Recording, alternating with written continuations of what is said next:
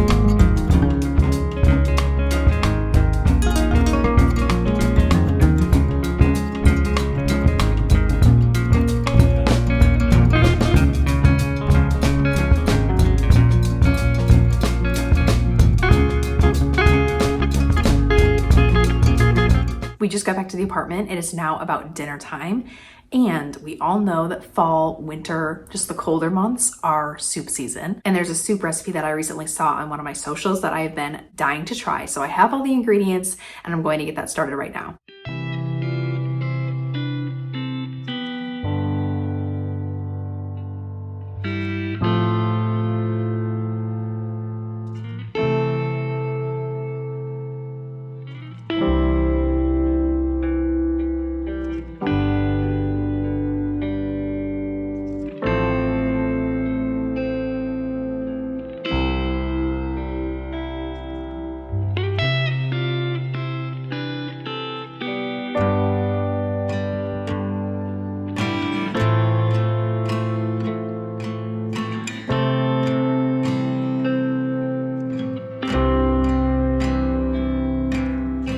We just finished dinner. It was really warm, cozy, definitely like a comfort food type of meal. Really good, not quite Olive Garden caliber, but it was worth a try. Anyway, at the apple orchard / pumpkin patch we went to today, we got a bunch of apples because I've been really wanting to make an apple crisp this season. For some reason, it just came into my mind and has not left ever since like September. We did make plans to go over to my family home, hang with my family some more, carve pumpkins, all the fun fall festivities. So I figured why not just prep it here, bag it up, pack it away, bring it along, and then actually assemble and bake it at my family home so that we can all enjoy it together. So I have all the ingredients laid out right in front of me. I have to peel and slice up the apples, bag those up, and then I'm going to prep a little sugar mixture that I have to dump over top of the apples in the pan. And then in a separate bag, I have to do like the oat brown sugar crumble mixture that goes over top of it all. So I'm gonna get going on prepping that, and then we will head out.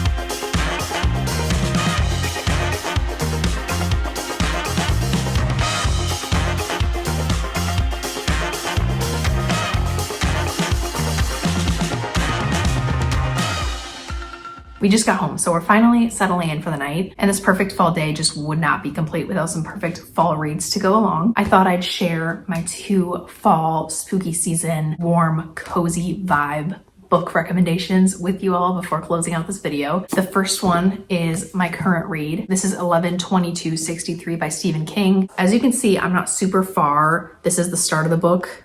This is the end down here, so I'm like a little under halfway. I'm gonna try to give a good summary without rambling. Basically, this book is about a man who is a teacher in a small town. He kind of befriends this diner owner.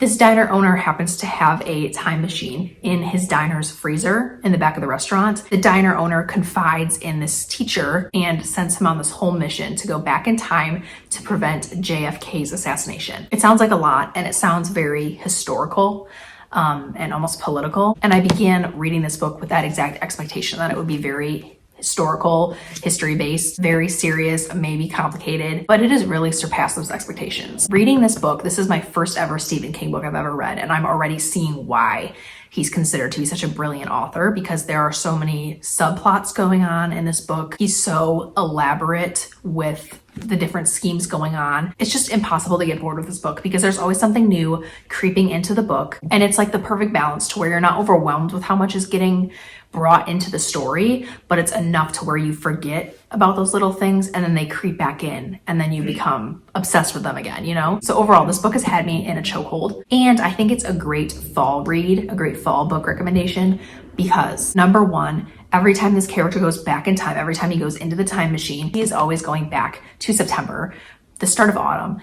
There is a lot of description of the season. There's a lot of indicators that just help you really feel super connected to fall. I don't know how to explain it, but there's just different visual imagery that's happening that feels so warm and cozy and comforting and fall-like. This is also a really good spooky season read. It's not really spooky, but it is very whimsical. It's very creative and imaginative and different. Again, I haven't finished this yet, but in the 300 pages I've read, I'm loving this. Clearly, I've been talking about it for a long time, so let's move on to my next recommendation. This one is the one I actually read before that one, I believe. This is The Silent Patient. I'm sure you've seen it if you are on Book Talk, if you are a reader girly. I really liked it. It wasn't like mind-blowing, and it's not as intricate as this one.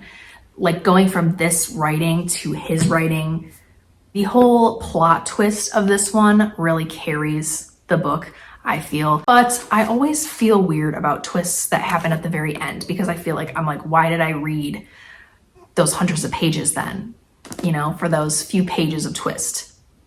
That's why I like there to be all these twists wound up throughout the book, which is what this is giving me right now. But this book is about a psychotherapist that begins a new job at a psychiatric hospital, and he actually goes into the role because he wants to treat a specific patient there. The problem is that this patient has been completely silent for years since she committed a big crime. And so he basically spends the whole book trying to talk to her, trying to communicate with her, trying to figure out what's going on in her head. There's a lot of other details in here I could give you that I feel like would be spoilers, but the plot twist is definitely the thing in this book. So now that the night is over, I'm going to settle into bed and get into my current read. I hope you all enjoyed this little fall day in my life. I had so much fun. I love the fall festivities, and doing them all with family made them all the more magical. Unfortunately, I'm going to end off this video here, but thank you so much for being here and spending the day with me. If you enjoyed, please remember to like, comment, subscribe, and share. I really seriously appreciate all the love, and I will see you very soon in the next one.